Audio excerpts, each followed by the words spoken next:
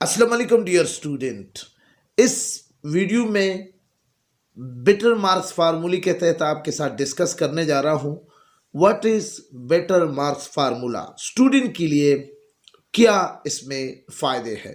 वो स्टूडेंट जो एक मर्तबा एक क्लास को कर लेते हैं, मिसाल के तौर पर उसके फिज़िक्स में 50 नंबर आ गए, केमिस्ट्री में 60 नंबर आ गए, बायोलॉजी में 70 नंबर आ गए, तो अब अप्रूविट करने के बाद जब ये तीनों सब्जेक्ट में यही स्टूडेंट अप्रूविट कर ले, अगर उसके फिजिक्स में चूंकि पहले 50 थे, अगर 50 से ज़्यादा आए तो फिर अच्छी बात है, अगर कम आए तो उसके पहले मार्क्स को कंसीडर किए जाते हैं।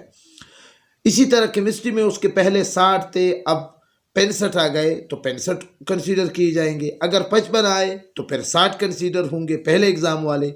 इसी तरह अगर बायोलॉजी में उसके 70 मार्क्स है, पहले उसके 70 थे, अप्रूवमेंट के एग्ज़ाम में 65 है, तो अब 70 कंसीडर किए जाते हैं।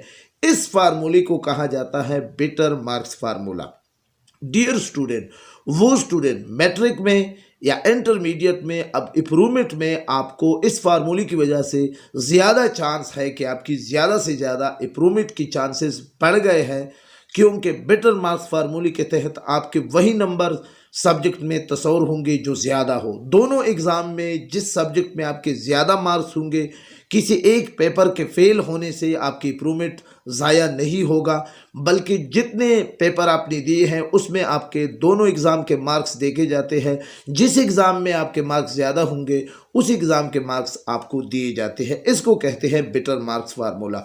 बीइंग टीचर ये स्टूडेंट के लिए एक अहम अप्रूवमेंट है। इसमें स्टूडेंट के लिए अप्रूवमेंट के चांसेस जो पहले 70% थे अब 100% हो गया है।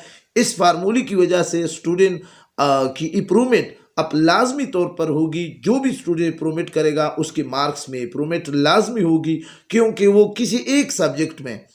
और दूसरा एडवाइस मैं स्टूडेंट को देना चाहता हूं कि अब वो एक या दो पेपर में अप्रूवमेंट ना करे, बल्कि एज ए होल क्लास की अप्रूवमेंट करे।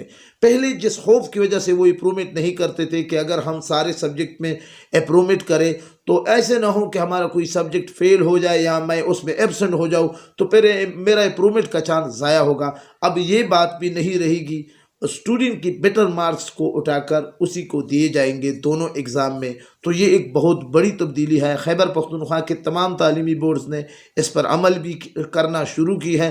तो जैसी ही एनुअल एग्ज़ाम 2 में आप अप्रूवमेंट करेंगे या एनुअल एग्ज़ाम 1 में अगर आप अप्रूवमेंट करना चाहते हैं तो फुल सब्जेक्ट लेकर करें, किसी एक सब्जेक्ट में अप्रूवमेंट करने की कोशिश न करें। अपने दुआओं में याद रखिए। अगर चैनल अच्छी लगे हो तो लाजमी तौर पर सर कासिम के इस चैनल को सब्सक्राइब करें। खुदा हाफिज़।